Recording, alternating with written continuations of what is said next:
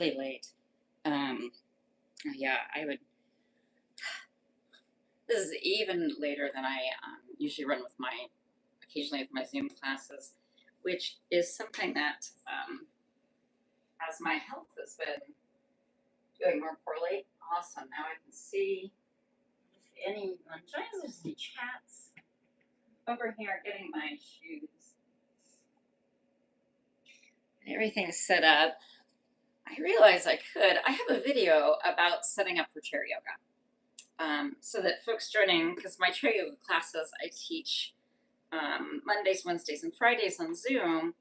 People join remotely, sometimes from all different parts of the United States, not just people who, there's many people who come regularly or infrequently who know me from when I taught at community centers or in some cases even further back at an athletic club in the Portland metro area. So shoes though, so I have that setup video, but I went ahead and got everything set up before I turned the camera on. Dealing with a lot of stressors in my life. As a person with chronic illnesses, Ehlers-Danlos syndrome, diagnosed with hypermobile, but very likely the classic variation. It's very hard to get the genetic testing. It's complicated, but because of the way my father constantly, I knew him really only the last years of his life, but constantly these massive injuries on his skin and bruises, and would do stuff. He was in a wheelchair, do stuff behind his back, the way I do, until people started being like, should you actually do that with your hands behind your back? Just because your arms can go behind your back and do that, should they? Which turns out not so much, because what happens for me is with my hypermobility, hey, good morning. I see, I have to do this. This is why the reason I go to here. I want to say hello to who's on chat, Emily and Russ 17E, because I know when I'm watching someone live on YouTube and they say hello, it's like, that's great. And now all these people are saying hello, so I'm going to come over here and look at chat. But because I'm nearly 57 and I have progressive lenses, hi, I am so good. So I've got Maurice Davis and Emily Russ. Nice. Thanks for joining. So I was just talking about why I was running so late this morning, and it's because these chronic illnesses I have, Ehlers-Danlos syndrome and dysautonomia, and I have mast cell disorder stuff going on, and I also have osteoporosis. And this week I found out part of my tibia. Well, the good news is it might not be a benign bone tumor. The bad news is at the top of my tibia might be starting to stress fracture. And I now suddenly need a total knee replacement instead of partial knee replacement, which will definitely affect these YouTube live classes and everything else. But yeah, my joints are the combination of the osteoporosis and the EDS means I have a lot of joint degeneration at a kind of a pretty progressive rate. So it makes me sometimes really slow in the morning. I'm also going through, I thought of a kind of a vague way to say it, one of life's, top 10 major stressors. And that addition to, and my dog passed in March in my arms, my brain fog and fatigue, it's something called post-exertional malaise has been really, really high. And this morning it was like I was moving through molasses, and because all of the pain here is like, it's moving through molasses and it's painful. So yeah, good morning. Thanks for joining me. Chat, folks who are here, where are you joining from? I'll take that moment and look over here. And while I'm doing that, I'm going to move my chair back and we'll get moving. We'll get meditating first. So yeah, if you're still here, let me know where you're joining from. All these folks, these two folks in chat. It's really a delight to have folks join. I am a veteran instructor, but I have been teaching yoga to adults for over 20 years, yoga, mindfulness, and fall prevention. and been practicing yoga since 2003. And it was a thing for someone who was dealing with stuff that was not getting attention from doctors, and I was experiencing a lot of medical gaslighting. Yoga was one of the first times I felt like I actually was helping with my healthcare. And so that's why I ended up becoming a teacher and ultimately a yoga therapist. And primarily, I work with people who are 50 to 90, towards that later in more than the younger end. But a lot of folks with chronic illness, chronic disease, osteopenia, osteoporosis. So as that diagnosis of osteoporosis hit me, I was like, I've already had some of these conversations with people I've met in yoga classes or fall prevention programs I've taught. So, yeah, good morning. We're going to start in what I start every class, whether you are deciding you want to be supine on the floor or seated back in a chair. I say it's the comfortable enough position.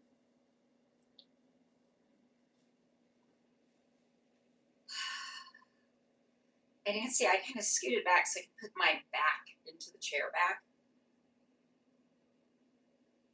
I kind of let my feet just, I'm not pressing them down, they're just resting, the arms are resting. So this is that resting pose when you're doing chair yoga. Someone once said, well, how can you do the end part, the shavasana, if people can't lay down? And I'm like, well, you just snuggle into the chair and get more comfortable. If you have blocks, you could even put your feet on blocks. And I like to start with this comfortable enough, not just end with it. So you might even move the hands, what feels like a position the hands are in that makes the shoulders relax. And in that comfortable enough position, draw your attention to your breath.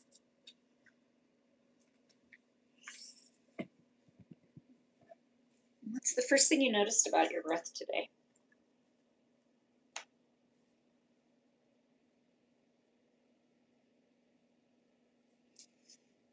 There's no wrong answer, right? It's your own breath.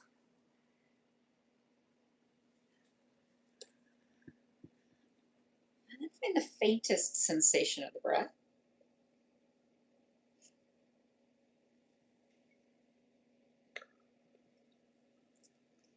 Which could be, if you're somewhere quiet, hey, Icon Fairy, happy birthday. I'm so glad I happened to notice your chat when I was coming to sit back down after getting a sip of tea. Happy birthday. I keep saying good morning to people because I'm in the Pacific Northwest of the United States where it is 10:15-ish.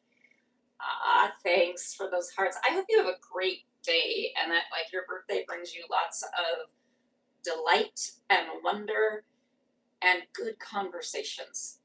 And if you're like not feeling, if this is always one of those, I always like to say sometimes and tasty things, but some days because of my all of my stuff, I sometimes like feel a little nauseous all the day. So someone's saying, I hope you get something tasty. I'm like, but if that sounds right, yeah, may we all get birthdays like that. I think when we're young, some of us find big overwhelming birthdays big and overwhelming, but some of us really want that. And as I approach 57, like birthdays where there are a little bits of moment of delight and it's not overwhelming and I have good conversations and tasty things in not overwhelming amounts because I'm neurodivergent. Those are the best birthdays. So in this comfortable enough, I got all distracted. I was going to say, if you're somewhere quiet, listen for the sound of yourself breathing. You don't have to make the breath sound bigger. I mean, unless you're somewhere noisy, but if you're somewhere quiet, can you hear your own breath? It's a subtle thing. The answer might be no. So I always give the backup, particularly if you're not somewhere quiet, you feel, I used to say the upper lip, and finally a student with a really well-established mustache noted to me that he can't feel his upper lip, and a male gendered person. And he's given me a lot of wisdom from his 70 and plus perspective years. But you feel just the inside edge of your nostrils, right? Very inside edge. If you're super stuffed up, this is going to work. I'd have to find a third one for you. And that would be actually, we're going to do that breath practice. Just thought of it towards the end. So we feel as we breathe in, unless it's very warm where we're at, the inhale is usually cooler than the exhale. So notice that coolness on the inhale, and as the exhale moves, right, feel that warmth of your exhale leaving your body. It's like the third throat clear. Let me get a sip of tea.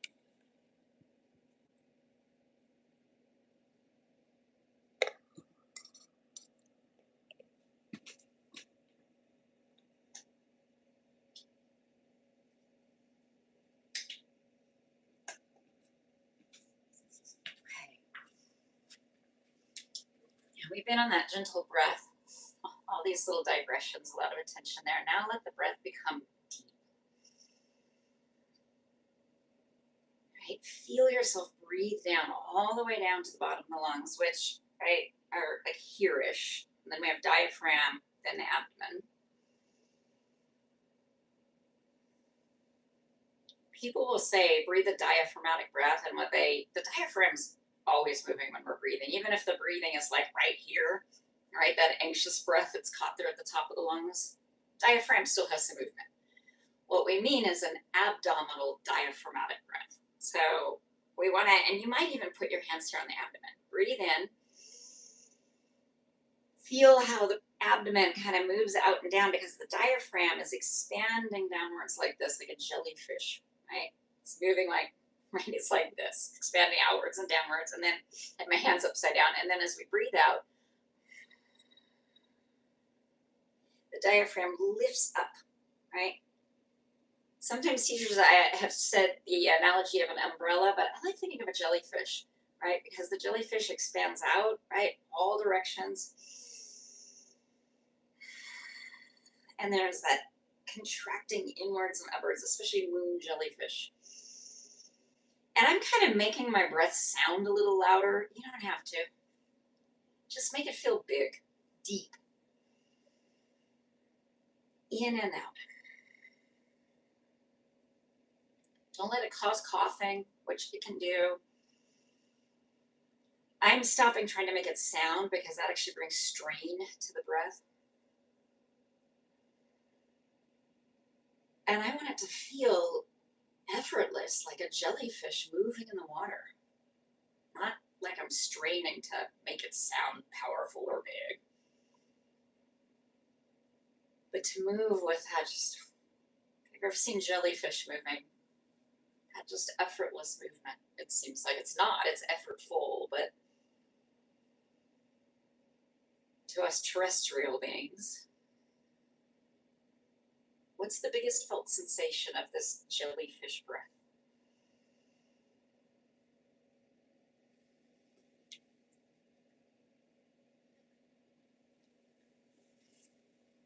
Check and chat there. You're welcome, Icon Fairy. So, in a longer time than I often take, we've gone from the first thing I asked you to notice about your breath, right? The faintest thing about your breath, and then the biggest felt sensation of breath. What are you feeling there? And you might stay with this deep breath if it's feeling good. If you're feeling like it's a little bit of work, just let yourself come to what I'm now calling an ordinary breath, right? Just the breath your body comes to naturally.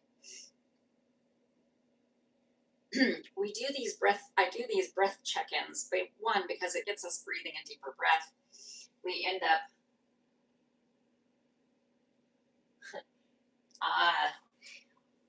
I'll get right back to that chat.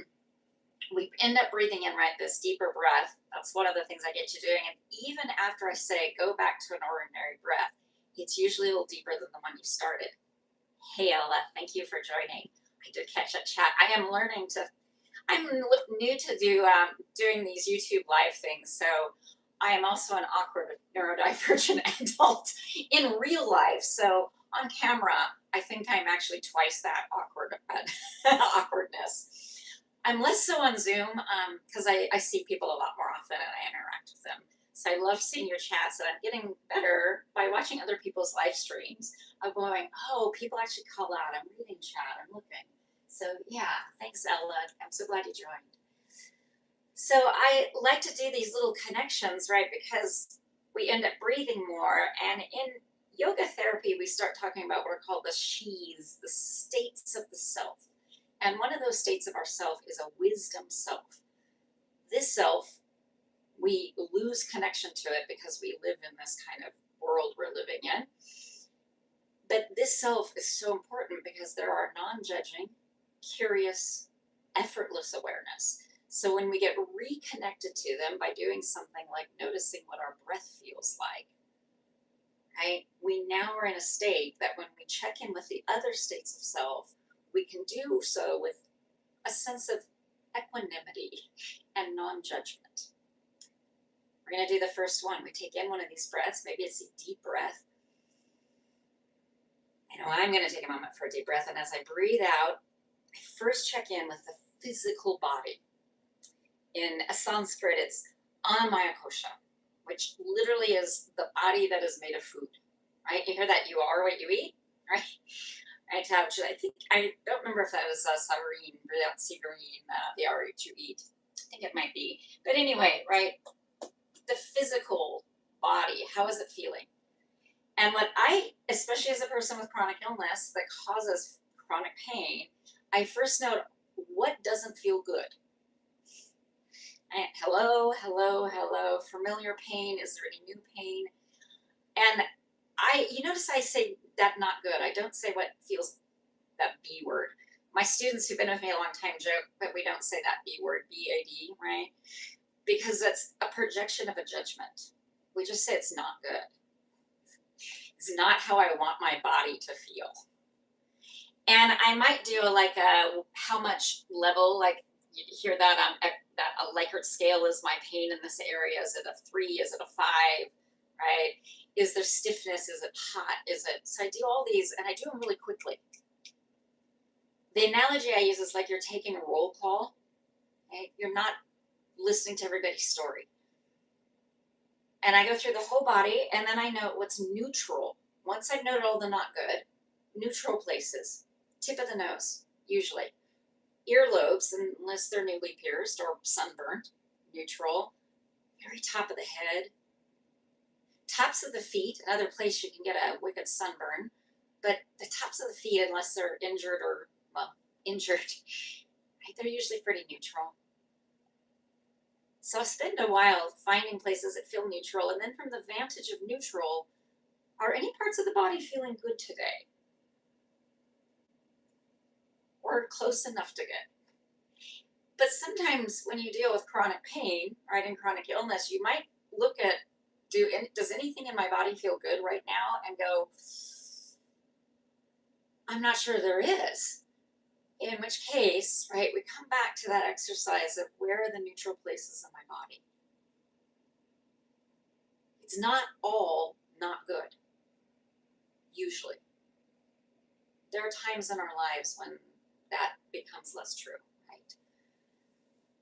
But if we're good enough to be at a live yoga, neutral enough to say even be at a live YouTube class doing a chair yoga, we're at least neutral enough, to close to good enough. Even if we're running late, okay, all those things. Okay, we checked in. Not good, neutral, good.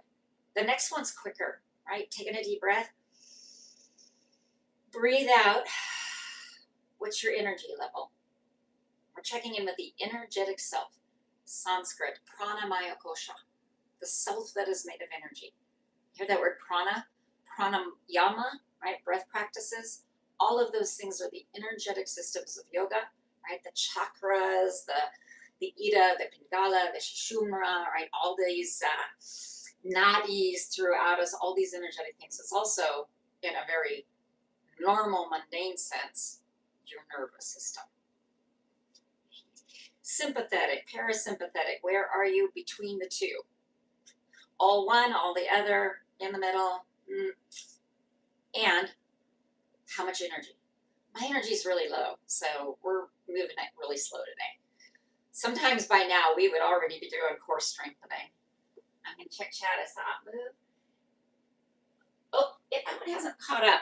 I'm going to wait till this one catches up to me because that one requires me to come stare really close at the camera and do this so I can get the bottom of my progressive lenses, and I believe you end up having to look at my nose. So forgive me if I'm like, I'm going to check chat next to me on the laptop I have to my right where I don't end up doing this to be able to look at chat because my eyes are aging in such a way that I can't see tiny text up close in front of me. It doesn't happen to everyone, but it happens to a lot of people as you age. You're like, what is this? All right. So, but hey, chat, I am watching for movement to make sure I check it today. So I am more on top of that. I was talking about pranamaya kosha and noting, my energy's kind of tanked today. We're going to move on to that source of judging that my energy is tanked. Did you hear that judgment? Instead of just saying my energy is a little on the low side, tanked. So let's move on. Take a deep breath with me. And as we breathe it out, we move on to the body of the heart mind, or manamaya kosha. Heart mind is where judgment lives, right? My energy is tanked instead of saying it's low, right? That's judgment. Worrying like that you see my nose when I try and look at chat with my glasses. That's judgment. That's body dysmorphia. That's worry. That's ageism, right? That's the body of the heart mind. And it's like always going. When I first started learning meditation, someone at a beginner class said, I can't meditate. My mind is going 50 miles per hour. And the meditation teacher chuckled and said, just wait till you start actually meditating and discover your mind's going 180 miles an hour. A lot of people that are neurodivergent are like, I can't sit still, I can't meditate. If that's you and you're catching this, get meditation beads. It is an instant fidget toy that no one knows you're having a fidget toy in a meditation session because it's a mala. It's meditation beads. Half the people there have meditation beads, and most of them might not even be neuroatypical. So, right, these are a great fidget, right? And feel free to move a little bit, right, as we're doing this. Notice the judgment arising. This is a great time. What's not good in the heart mind? I like to be like, hey, anxiety.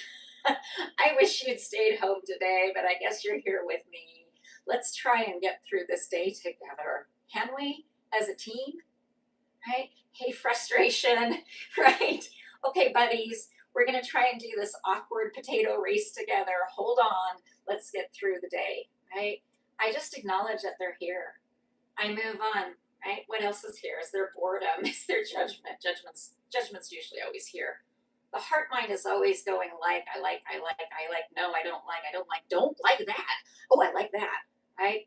That's what we notice when we're meditating. So we just notice it. Then we notice neutral things. It's Thursday in June. Pretty neutral. Then good things. Amidst all of my I'm really grateful that there's people saying things on chat. I have lights, I have Wi-Fi, I have all this technology around me. And on like the humble ways, there are people, professionals going through my neighborhood because it's Thursday, picking up the recyclables, the compost, and today the trash. Right? It's every 2 weeks for me on that last one. So it's such a humble privilege to have professionals come and be paid well, because I live in a city where those folks have a union job and are paid pretty well. It's like a fight, but they come and take all those things away, and then I just have to roll the cans back up. What a privilege. And I've been reading a poem, Jane Hirschfield's Solstice, to students, and it mentions Like I go into the solstice, the earth tilts one way then another, and yet tonight I'm gonna go in to a bed with sheets and a beloved, and then it says in cold and running water, cold and hot. Take nothing for granted. We take for granted, those of us that like live in these generous homes and spaces that I happen to live in. There's multiple places in my home I can have clean running water on demand, cold and hot, drinkable.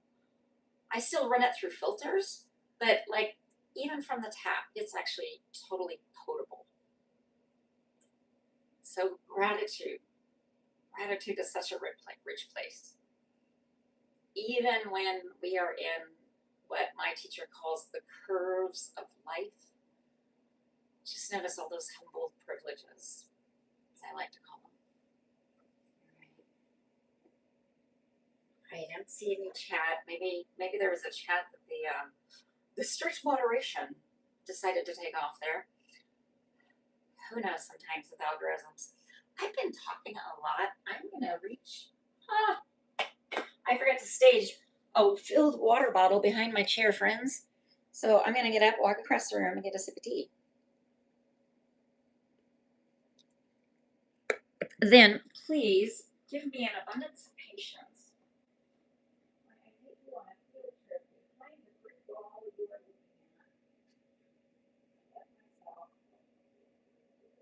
I see what happened here is my brain put the water bottle next to where I get the water from. I didn't close the lid. I am late diagnosed with inattentive ADHD. I am back with my filled water bottle. And let me actually put that within reach of my chair. There we go. And like not long ago diagnosed, within the past couple of years. Actually this month coming up on the 2 years. And the process of getting treatment has revealed, and I'm not working on assessment because I live in the United States and things are very complicated right now in so many ways. We'll just leave it at that. But we think I most likely am an adult with autism and ADHD. And particularly after menopause, the shifts that causes in your brain. What did my primary care physician of like over 10 years, she said, the changes in your brain for many people break your ability to mask as effectively as you've been your entire life. It's like, wah, wah, wah. But my hair went curly, so that was weird and interesting. Yeah. So I forget things, especially because it's so unbelievably stressful in my life right now that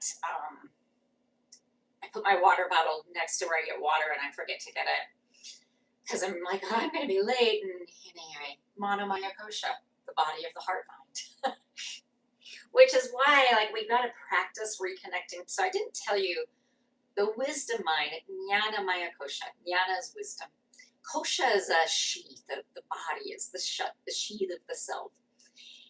And jnana maya kosha, right, it's always there, but that heart mind stuff or the physical body stuff, it gets to be, or we get energetically so activated that we lose that connection to our wisdom self, right? And when we sit down and we just like, can you see me rocking my feet back and forth on the floor? Right? Part of the reason I do that, right? It's a self-soothing thing, and I've been trying to learn to like just be okay with it. Well, I do it a lot in classes because it reconnects us to our feet, right? And when we're in chair yoga, right, this little rocking I'm doing, can you feel yourself connected to the seat, your seat, and the chair seat together? When we connect, now bring your hands here, just let them rub back and forth too.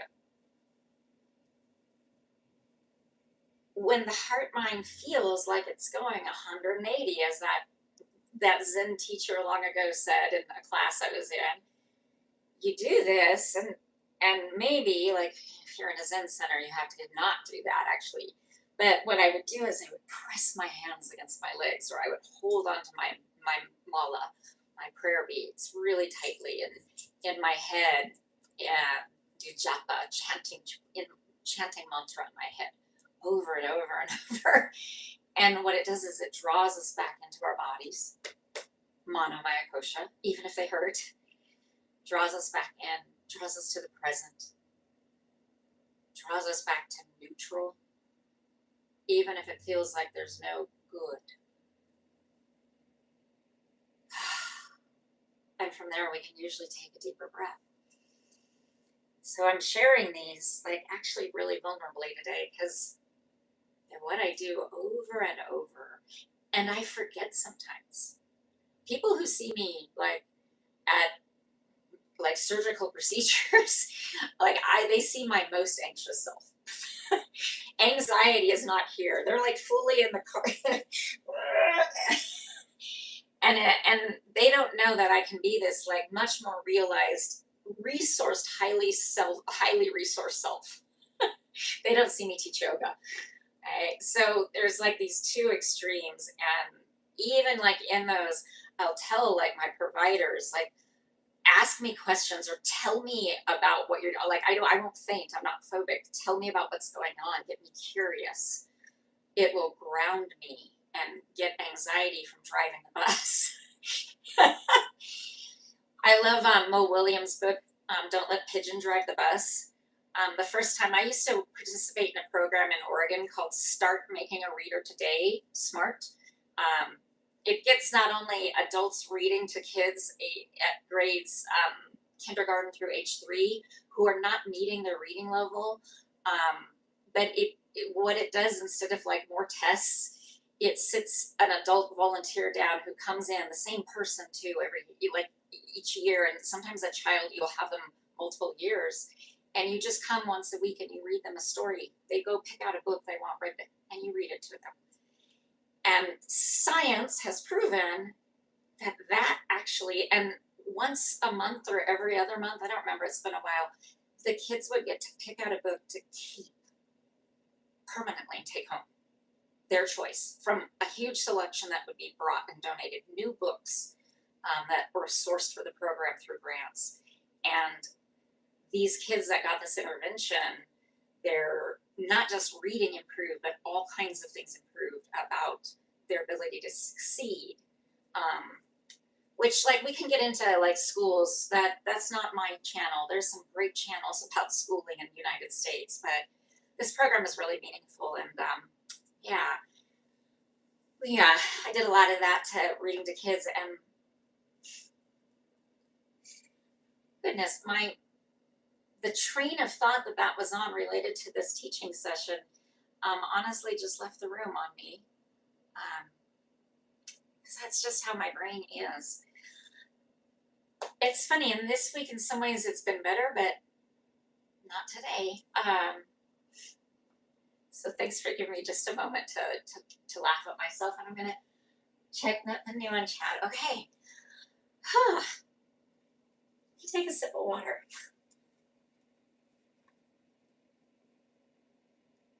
I was talking about my anxiety and Mo Williams and Don't Let Pigeon Drive the Bus.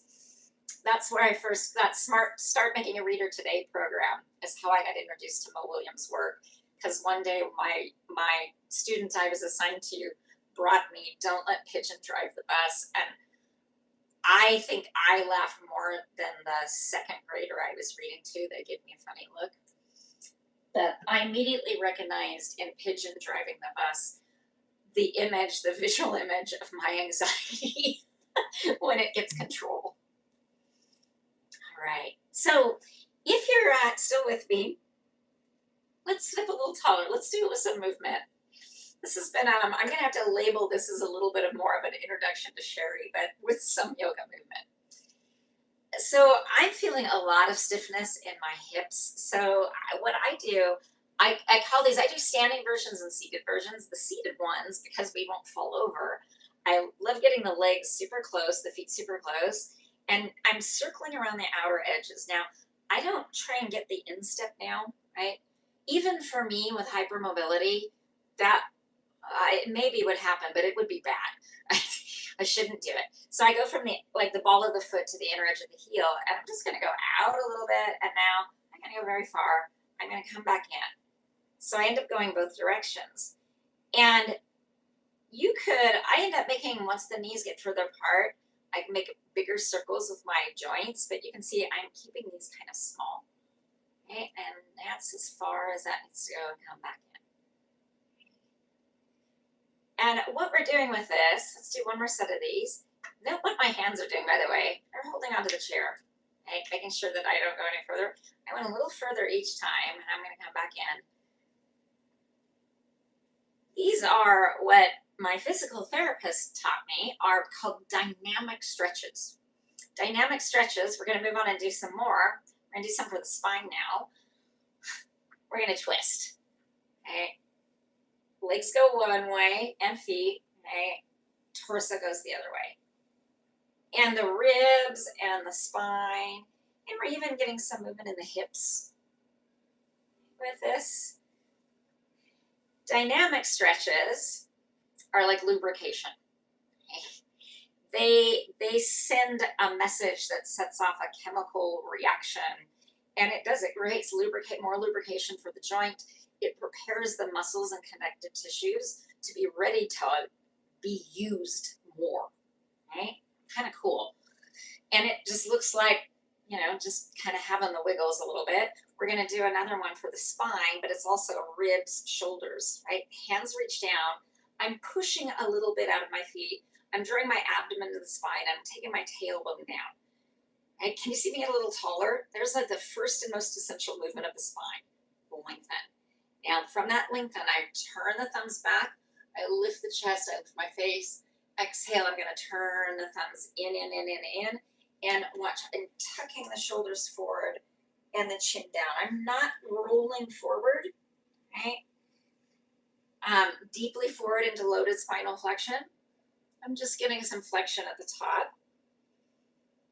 And the reason why is I default to not doing loaded spinal flexion past the neck, the cervical spine, because I work with a population who may not know they have osteoporosis. And being a person who did not know they had osteoporosis, I really resonate with that now. So if you know it is safe for you to have loaded flexion, right, you can have a little curve there and do it like a cat pose. But I always default to no loaded flexion past the cervical spine, unless you know your bone density is good. I actually, even though I do not have good bone density, now we're going to do a little more for the shoulders and ribs. We're going to do a little, I call it the backstroke because I used to be a competitive swimmer in my youth. I have done yoga for so many years that my physical therapists and providers think it is actually safe for me to do some loaded spinal flexion and a little bit of leverage twisting carefully.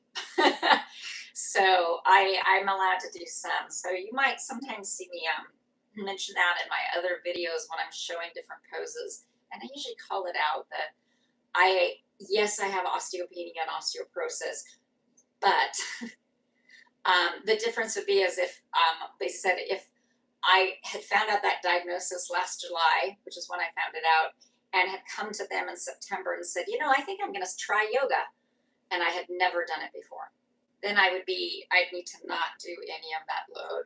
It's safe to do it, but you need to be with an instructor who knows how to make sure that you don't end up with a compression fracture. Like me, usually that's going to be a yoga therapist because it's a lot more training. Okay, so one more essential movement of the spine. It's a side bend. Now, when you do the side bends, I'm pulling down to the left side, right? I'm keeping that right side anchored down. You might even the first couple, right, push your hand here on the side of the hip, right? Feel that anchor down.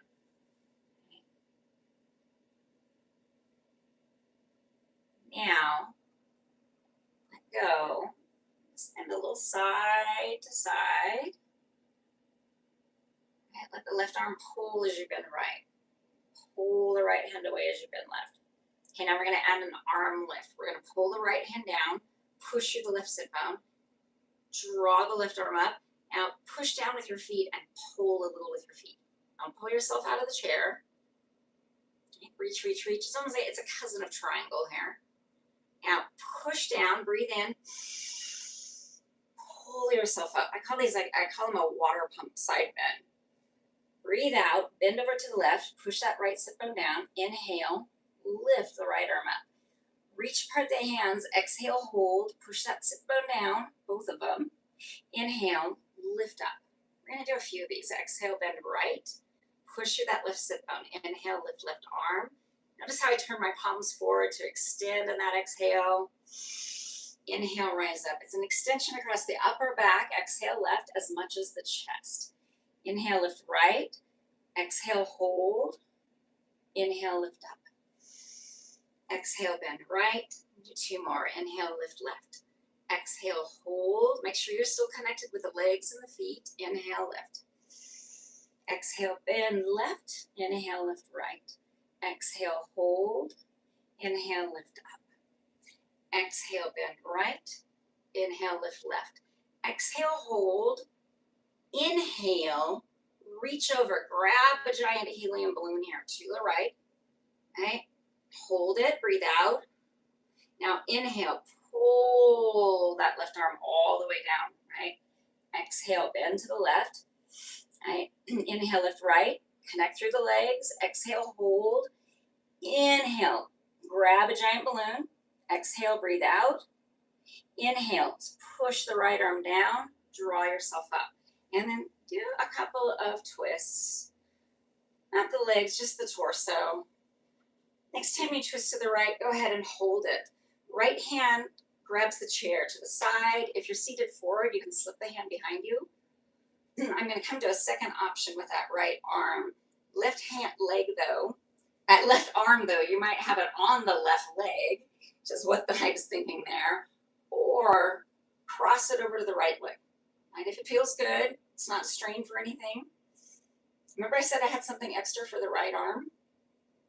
If it feels good, can you see it come there behind my back and peek out towards my left hip? So that makes that more of a stretch here where try not to tap the mic, where the shoulder attaches at the arm, at the chest with the arm. But only add that if it feels like it's really adding something. What I'll say is productive to good, right? Because sometimes when you do something, I'll say it should feel good. And someone's like, well, it doesn't feel good exactly, but it does feel like the stretch I needed. I'm like, that's fair. All right, now if you slip that arm behind your back, right, bring that out really gently as you unwind your twist. Okay, and then we're going to see how I do these backstrokes. They're kind of a twisting backstroke.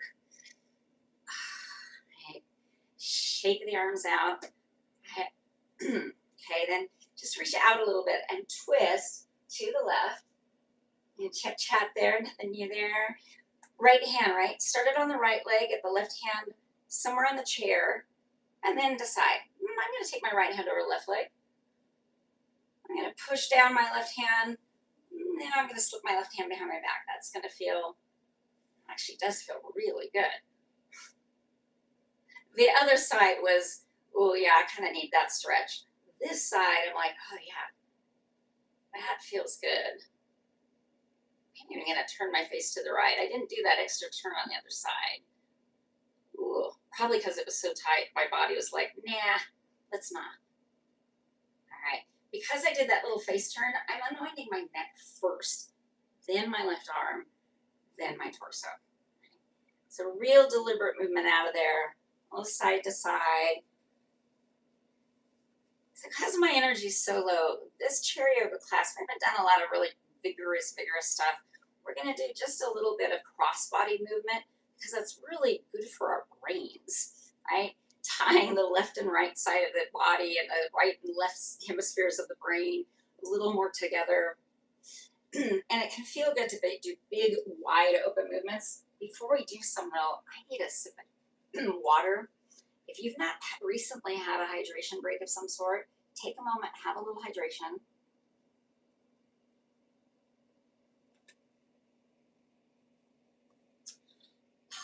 I can tell I've reached the magical time when my allergy meds all work. But because most allergy meds affect the moisture your body makes, and my ADHD meds do as well, there reaches a moment where I feel like I can breathe and my brain is working a little more closer to better, and but everything's really dry. Some of you, I'm sure, may appreciate and sympathize with that feeling. Okay, you notice what I did? You can see me kind of wiggling into a mountain pose. Because I've got so much going on with this knee now, I was hoping it was going to just be some really severe bursitis, not that the tibial plateau might be starting to crumble. Anyway, sorry if that's a little for you. I'm a little in shock still. When I put my feet down and press down, it actually causes pain. And if I do that, and actually let me do it with the other knee and my knee is in compression, right? This actually, in some ways, feels really good. It's a great stretch for the Achilles tendon, puts a lot of pressure on the knee. So my PT was reminding me something I say a lot in class. We want the feet just under or a little in front of the knees, because when we press through the feet, it's a little less strain. And it's really important that we be able to press and have not too much strain, because what we're going to do from this mountain pose is step out our right leg in a square step and take our left arm up. So the left leg's got to press really hard. Now I do a step, you could slide if your hip is like, I'm not doing that big lift up like that. Step out left, reach up right, and now bring that back in. Part of the reason I make sure to really step my feet up high is my shoes make an alarming scream on this wooden floor. So it's really an incentive for me to lift my leg, but you can absolutely slide. We're going to do this with a breath. Okay. Now I could tell I'm like leaning forward, camera. So I'm going to come back to mountain pose, bring my head to actual neutral, take my tailbone down, and now breathe all the way out with me. And as we breathe in, out right, up left, exhale, mountain. Inhale, out left, up right. Exhale, mountain. Inhale, out left, up right. Exhale, mountain. Inhale, out left, up right. Exhale, mountain. Inhale, out right, up left. Exhale, mountain. Inhale, out left, up right. Exhale, mountain. Now we're going to change it up a little bit.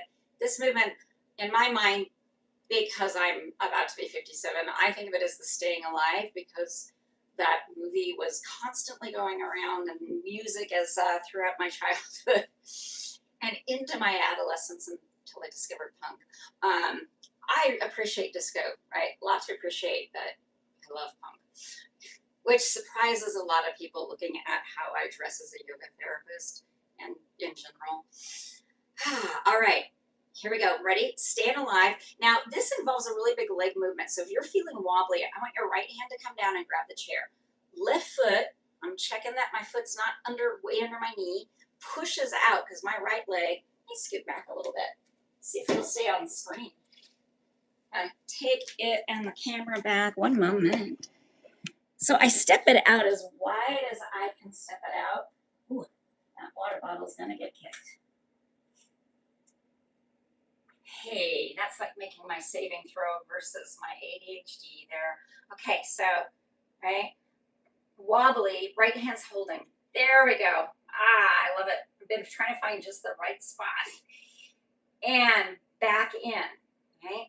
So if you're not feeling wobbly, I push through the right foot, right? Then left leg goes out, left arm follows, right? And then we come back into a mountain. This could as well be a slide. Oop, there's the squeak. That's why I don't slide. Or a step. Now tie this to the breath as well. Inhale, step out left, reach up right. Exhale, mountain. Inhale, out right up left. Exhale, mountain. Inhale, out left up right. Exhale, mountain. Out right of left, mountain. Out left of right, mountain. Couple more. Moving side to side. And then we're going to do one more cross body variation. Can you all feel how much work your hips are doing? Right? These movements we're doing, they're not just yoga-y things. These are the movements you use to like get out of bed, get out of a car. One student in chair yoga one time announced, and she totally would be okay. She always said to share her story widely. She's like, these movements, when she started learning to do them, help her be able to get off the toilet. She got stuck once and had to call a husband, and yeah, it was very traumatizing. And she said to tell people, like, these simple things, she didn't think that they could help, and they really helped her for a while. For a while. Okay, I said I had one more for you. This one we all hold onto the chair because now here's my chair leg, right? See that chair leg there? I'm gonna hold on and I'm gonna drop my foot. Look at this movement. I'm curling the toes under and dropping the knee down. It's easier when you're seated sideways, but we're gonna go side to side. So you gotta kind of step out carefully to the side of your chair and then pick that leg up and bring it down. This one, there's not, you can kind of slide, the slide forward. You gotta be careful not to catch your toe. So try and lift that leg up and step through. These step throughs are a great strength. And what we're gonna do is turn it into, it's a moving dancer pose, seated dancer from yoga. So I'm gonna add the arm, the right leg is gonna move, the right hand is gonna stay holding. Left foot is pushing down, it's my anchor, my seat is my anchor. Here it goes. Dancer pose, seated, Natarasana, right? And then I bring it back up and that left hand comes down and now left knee drops down, right hand goes up. And mountain. Same before. Inhale, the movement. Exhale, mountain. And this mountain, right, the hands are down at the end, both of them. And then inhale, right arm up, left leg down, exhale, mountain. I move slower with this one because I'm moving around that leg of the chair and I really want to make sure I don't catch a toe or whack my knee.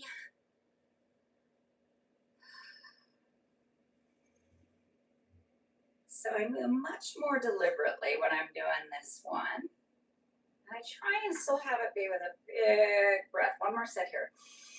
Hold this one. Breathe out as you hold. Push through that left foot. Reach down through the right knee. Push through the right hand as well. Okay, now bring that back in and up. Right? Make sure you're folding on this chair. We're going to hold the next one. Right? Bring that left knee down. Bring the right hand up. Really push up the right foot. Reach down through that left knee. Pushing back through left heel. Right? Down, down, down, down, down. And now bring your arm down, step your left leg back up and through.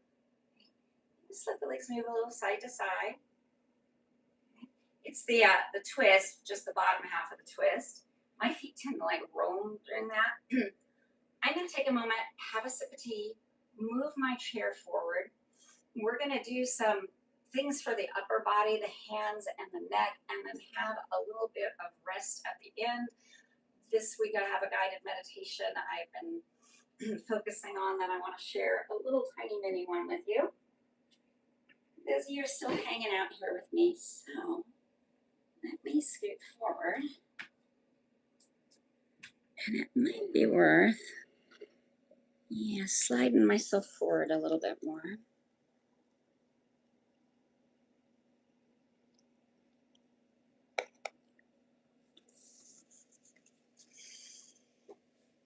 Hey, that lined up better than I thought it would. I don't need quite so much knee.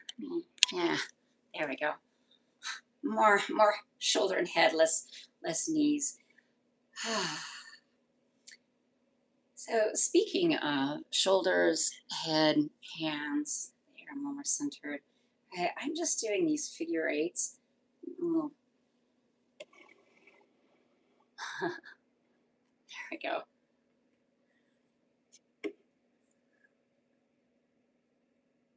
Gentle in and out.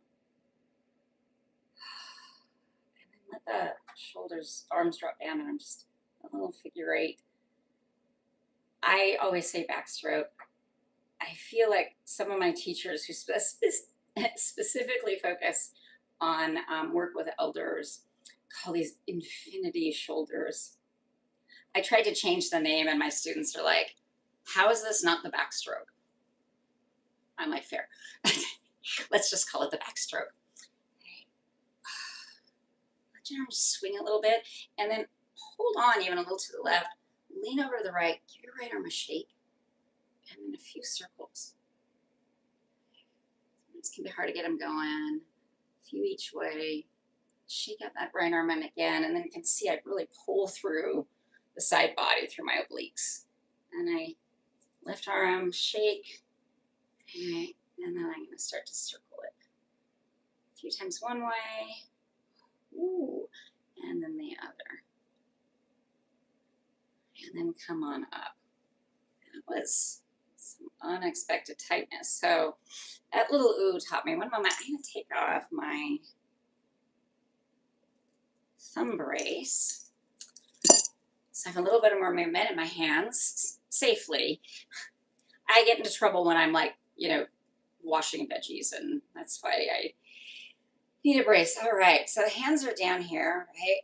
Just curl them in and out. A little movement for the wrists. And then we're going to bring the right hand up. And now I've got it tucked in. I'm going to just stay like this because it's really the side is really important to see on this one. Because my thumb, it needs surgery. When I do this, I don't just push on this part of my hand because my thumb actually will hyperextend away from my hand. So I cup my entire hand over the base of my palm. Okay? So I get that going on, and then watch this movement. I'm moving from my triceps, and I push the base of my hand into my other hand. I'm also, with this hand, I'm almost like pulling downwards a little bit. Right? Push, push, push. Now, my hand's going to go off the screen. Let me turn back an angle. There we go. So this is focused on just the wrist and where it connects to the palm. We're now, if you've got some padding on front, you got to kind of negotiate around it. Okay? And you can see my shoulder pops up. So my inability to do this without my shoulders moving around or my elbows going weird is why, when I was in hand rehab, the hand doctor and my hand therapist were like, and that's ended up how I finally ended up being diagnosed with EDS just last December. All right, bring that in, and then just take and shake, shake, shake, shake, shake, shake. Maybe some little figure eights.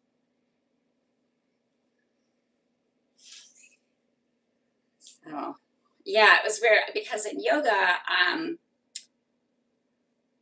I was taught, particularly because I was a lot of the people I worked with had such tech people, and people doing acro yoga. This is many years ago now. Had such stiffness in wrist and carpal tunnel that I often didn't do the full extension. We really focused on the wrist. So when I started trying to do the full extension again after injuring this hand very badly in 2022, push into that, which is why I made that noise, because this wrist is extra stiff today.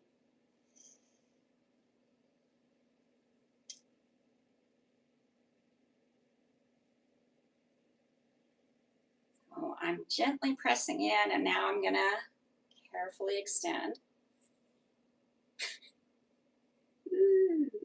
And remind myself to breathe. And see, my shoulders like, can we make it easier? Can we get out of this? What's tight is the space around my elbow and my shoulders, but my elbows I did not realize elbows could get so ridiculously tight until I had people poking them professionally. I'm like, all right, let that release. I definitely needed that stretch today. Yeah, I get super tight through here and this here, right? This whole area gets. One of my PTs is like, "Can you try and sleep? Not like you're like." I'm like, "Really?" Pillows, yeah. All right, so we're gonna do the other side, right? We got the one side of the wrist, the inside. Now let's get the back. This one, the thumb stays kind of tucked in. We wrap the hand there around, and it's the same thing. You'll see I'm pushing from my triceps into the other hand and gently pulling down.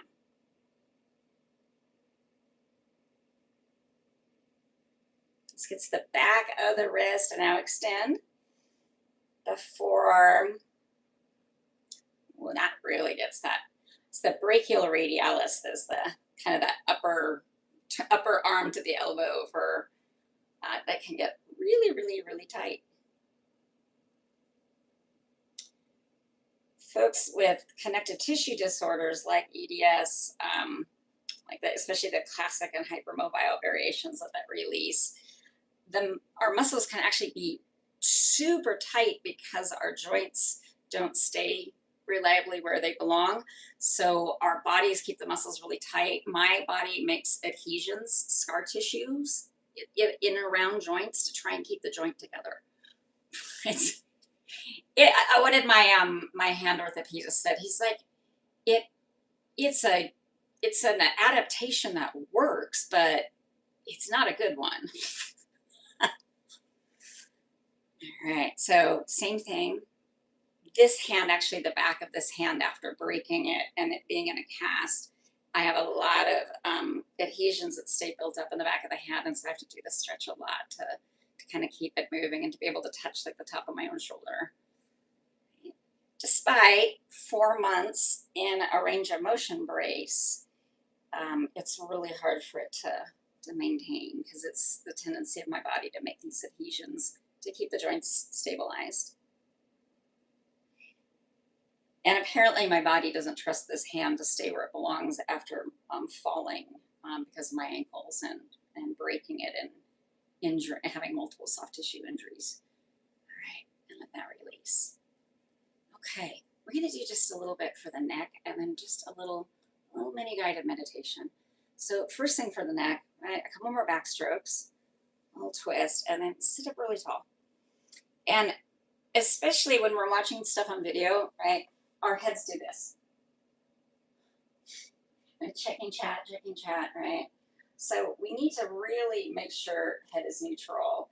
And then I squeeze my right or the right shoulder. Now I'm going to turn back, but no, I'm bringing my head up first. Then I'm going to turn back, squeeze my right ear over here. And when I'm doing this, I'm checking arms are relaxed. I'm going to take in a breath. As I breathe out, I'm going to turn my face. Here it goes. Turn, turn, turn, turn, turn. Ooh. Just as far until I hit that, and I don't try and go any further. I might even back up a little bit so I can really make sure the shoulders are relaxed. I'm going to take in a breath. And as I breathe it out, I'm going to tuck my chin down towards my collarbone. Take in a breath. As you breathe out, draw your chin along the collarbone, tucking it to the neck. Take a breath in and out. As deep a one as you comfortably can. And then inhale, deep inhale, roll the head up, double shoulder roll to a mountain pose. Head left. And at first just holding here. Squeezing the ear towards the shoulder, relaxing both arms. Still in a mountain pose, right? I just check my tailbone's reaching down, abdomen's gently pulling back to spine. I'm long through the spine. Just at the top, I'm turned. I'm actually bent. All right. We're going to do the turn now. Taking a breath. And as you breathe out, turn your face slowly left. And I'm going extra slow because I always know this is the side that is usually more tender and stiff. I'm going to let that breath all the way out. Breathe in. And then I'm going to tuck my chin down so my face is turned towards the earth, towards the left side. Ooh, I can feel that on the right. And just take a little extra breath here. Whew. Okay, and then I'm going to exhale. Draw my chin along the collarbone. And as I breathe in, I'm going to do, I've taken calling it the downward facing no, or the oh no. Right, the head is down.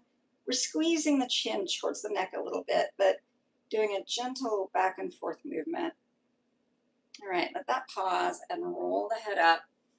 Slide back into your seat, right? If you have blocks, right, put blocks underneath your feet. Kick them out in front of you, put blocks on them. Hands, let them move them around a couple times. So it feels like a position that the hands are in where the shoulders go and relax. Right, maybe a little no, any little movement if the neck is still stiff. And your eyes could be open or closed for this meditation. We're on a video format, so it kind of makes sense that your eyes might be like, I want to be open. But this last bit of yoga where we practice resting, totally a good time to close the eyes. If it doesn't make your mind go in 180 directions at once, doesn't make you sleepy. If closing your eyes, you can just see all the marbles going all over the place. That's one of my metaphors for what it feels like. Or you're like, oh, I'm so tired.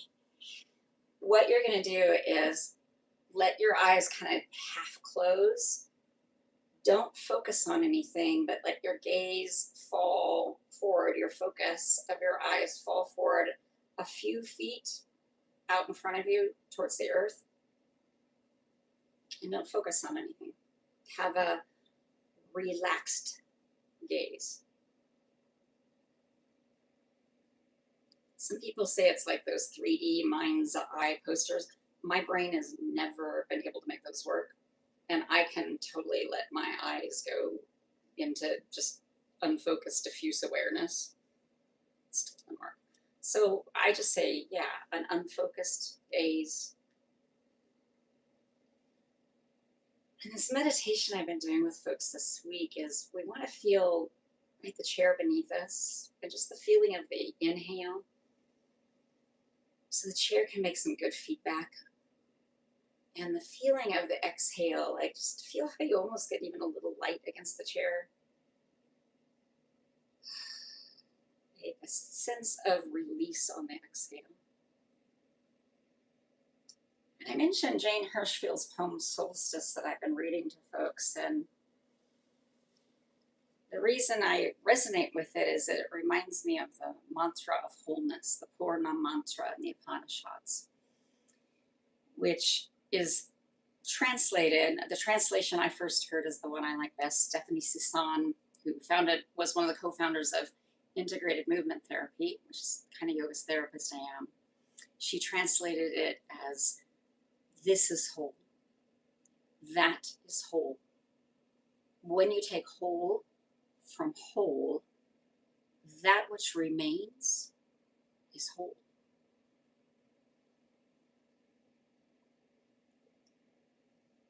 Which can make our mind be a little like, that doesn't make sense, but it's not, I said to a student once, it's not math, it's metaphysics, right?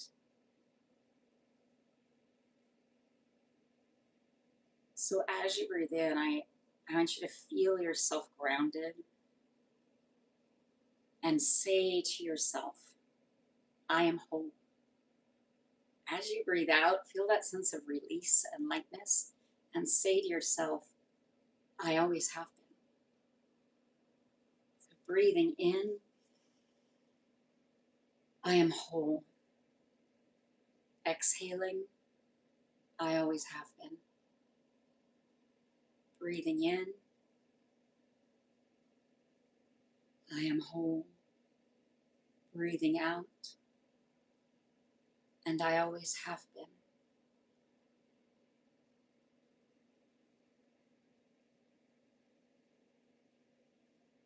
right where you're at.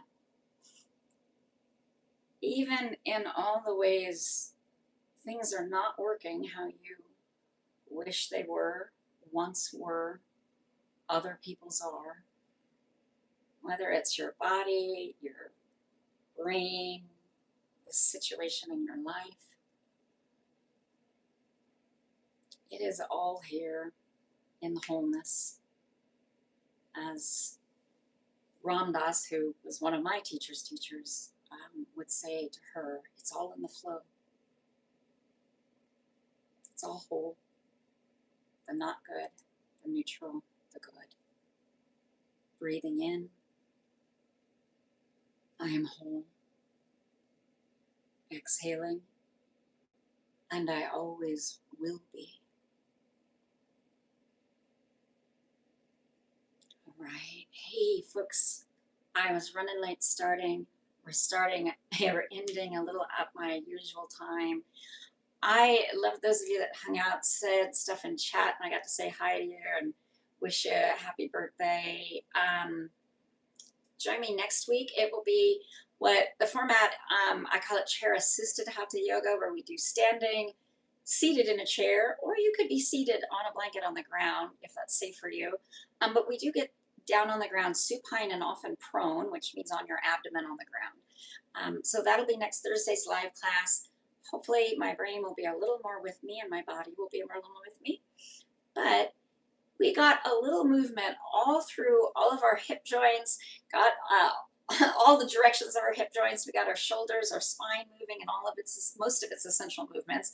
We missed this lower hip one. It's hard to do seated. So I hope you feel a little better here at the end than maybe you did at the beginning. And you can see how sometimes chair yoga, they can be really vigorous classes with me. Sometimes we're going to get a little bit of movement from top to bottom. So we feel like everything's a little more lubricated before we face the day. Thanks for joining me in these live classes and on this adventure as I learn this new format of live teaching.